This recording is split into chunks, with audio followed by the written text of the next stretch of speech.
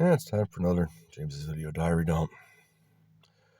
Entry for 3/9/2024.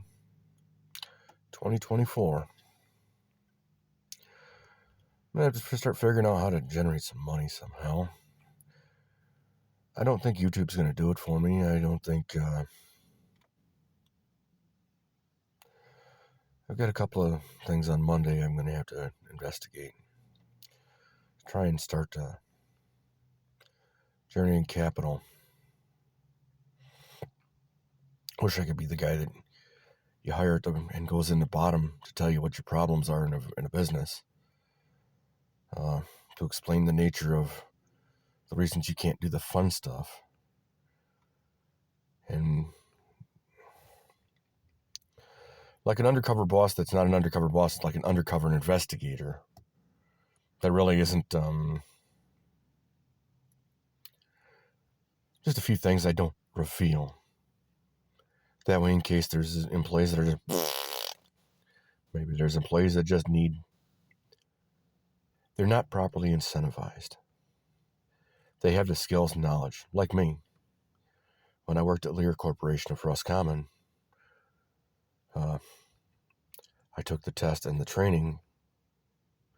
Passed both, but because head of training didn't want to fill out paperwork, I didn't get the cert. And that de-incentivization it made sure that I didn't want to take a higher job. Well, hell, I'm not going to get the qual to do it right. Why would I want to do a job if I'm not going to do it right? I mean, I don't know about you, but if I try to do a job, I try to do it. I try to live in the extra mile. This doesn't mean that there isn't limits to it. It's just that if you can't do the small things right, you're not going to do the big things right. And the big things, in my experience, are primarily collections of small things. Lots and lots of small things. Easy things. I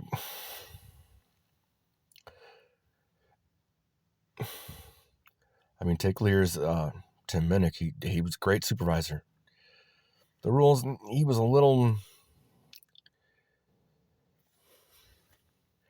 was flexible within the rules to get the result, and get the result in a way that he didn't do it so that it would hurt the other guy. He did it so he'd get the result that he needed to get to provide for his paycheck and the paycheck of his men, myself included. And he was on vacation when I quit. The other persons, including HR at the time, allowed a company thief to not move me and this company thief apart. And if you're going to steal from me, you're going to be told it's okay to be on my workstation. I can't expect respect from you, including HR and the union, the UAW, that you're incentivizing this person to escalate up to and including my own murder, which is the hostile work environment, and which is why I left Lear. I left McDonald's, the similar situation. You let everybody go early but me. Why? I'm a part-time crewman. I was a part-time crewman. But I was running managers. Increase their market share by 30%, probably at least. By doing cleanliness exercises. By putting myself in the shoes of my customer.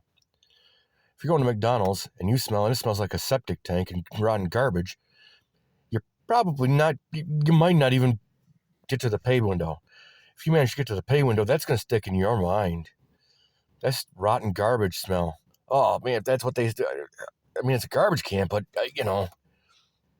they don't even make an effort. Where me, personally, I would put one of our laundry cleaning tides in it, especially on the really hot days, especially when I knew it was going to be because fresh linen sells more cheeseburgers than fresh swamp ass, fresh, hot, septic garbage. It's like the kitchen floor. When I came in, it was 7 millimeters, at least, maybe 8 millimeters of grease congealed from not mopping the floor correctly.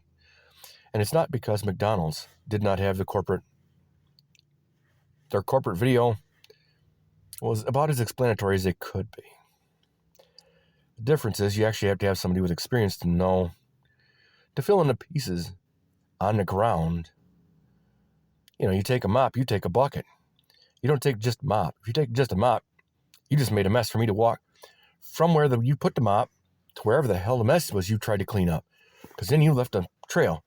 You take a mop bucket, it's all contained in a mop bucket, and you have to rinse the mop bucket. Now, the corporate video explains, if you take a mop, you take a bucket. You always rinse when you're done. Now, me, I would have added a step. Rinse when you start and rinse when you're done. Because people are lazy and they will lie. So if you cover your ass by rinsing at the first and rinsing at the back, same thing with the cleaning. It has to be done in a way that if it's not done, the general manager needs to be in a four-wall counsel. Counseled, hey, you need to start doing this. You don't doing this, you're either going to get terminated because you obviously don't have this skill, or we're going to have to remediate you to shift manager because you're a great shift manager. Otherwise, we wouldn't have tried to put you in but you can't. In addition to the fact that you're letting people play patty cake while guys like me are doing 2 and 3 guys work, with the other guys are playing patty cake. Like, poor leadership. You want good leadership. What happened? You went from a freezer that had equipment in it for like 5 months to 3 and 4 days in from your replenishment. You had a 7-day replenishment. Your freezer's almost gone. And you're raiding other places because you don't have enough freezer space to create your market share. Cash handling's another good one. Walk through the drive-thru. Do it for a week. After you've closed, walk out in the drive-thru every night for a week. During that time, every window, you clean up every piece of change. The first night, you don't count it. For the next 4 nights, you do the same thing, but you count it. Now, whether you put it into your pocket or into say they have like the Ronald McDonald House. If you do it for 4 days and you're coming up with a significant amount of money, and I'm not going to do the math here for you. If you want that, as a franchisee or somebody, ask me. I will tell you, and I will explain to you the string theory behind it.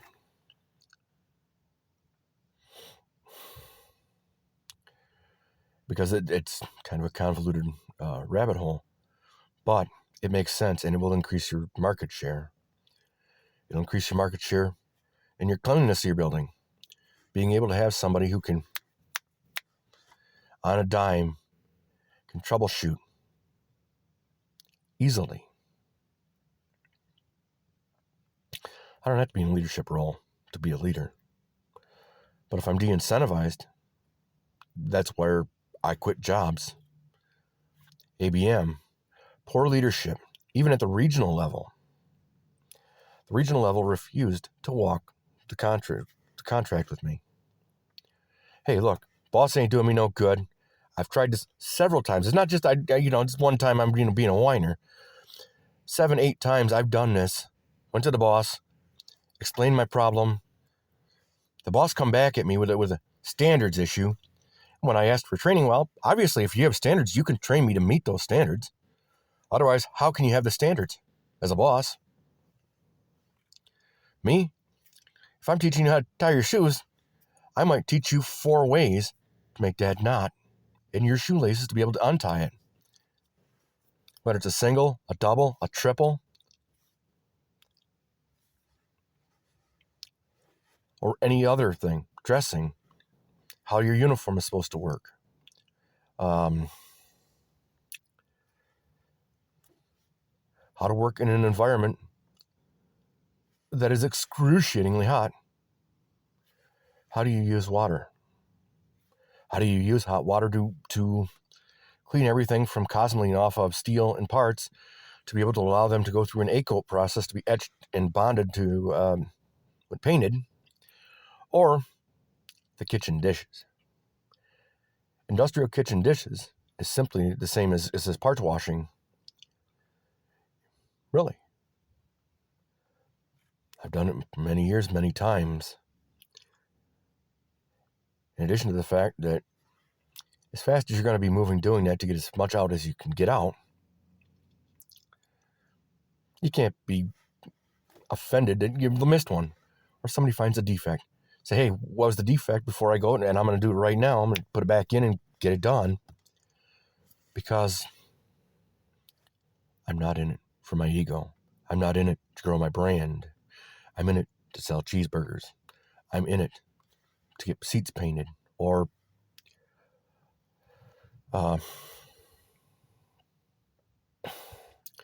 clutch pedal boxes to get their pedals and the arms and all of those things painted and assembled and bushed.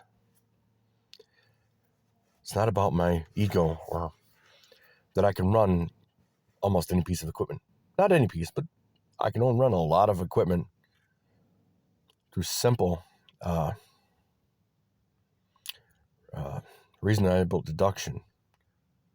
I mean, I've been an investigator for 24 plus years of my life, not as a profession, but as a personal thing, because I'm dealing with people who lie constantly. Oh, I'm not supposed to hurt you, but I'd rather watch cat videos than do what I promised you, than complain about the resultant consequences of you not being able to cover your end because my end wasn't covered. And then I'm not accountable to any reasonable standard that is going to ensure that I don't do that again. Why? Because that incentivizes a violence carnival, anger carnival. It perpetuates the cycle. I know my mother did that to me. Since I've been out, I'm learning that I might be able to be a truck driver because I'm not an angry person. I'm not going to tell you I don't have sore spots. I do. I absolutely do. Some spots may never heal.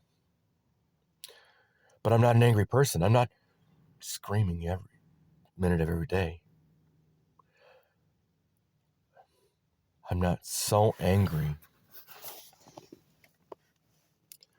that I'm afraid of myself. I don't have that anymore. It's gone.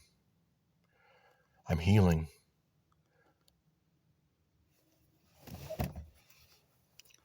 So much so that I'm honestly considering,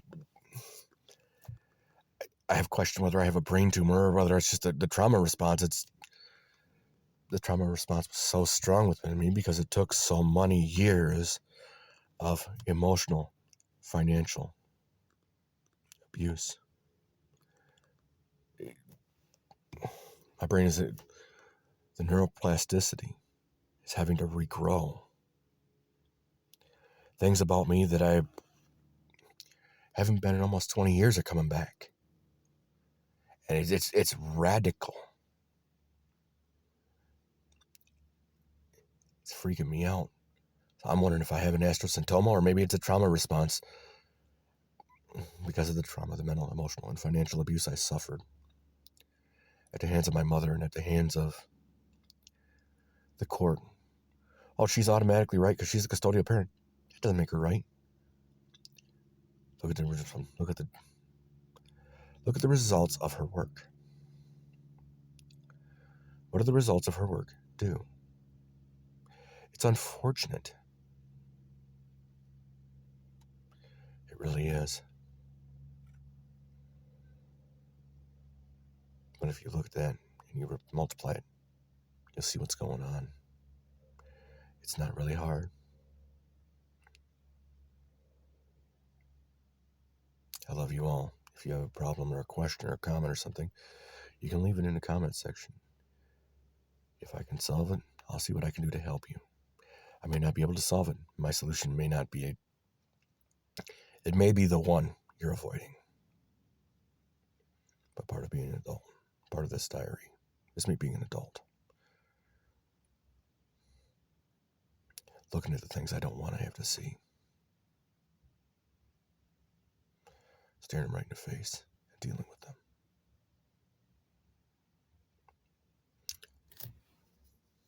I wanted to start a YouTube channel. I didn't realize it would be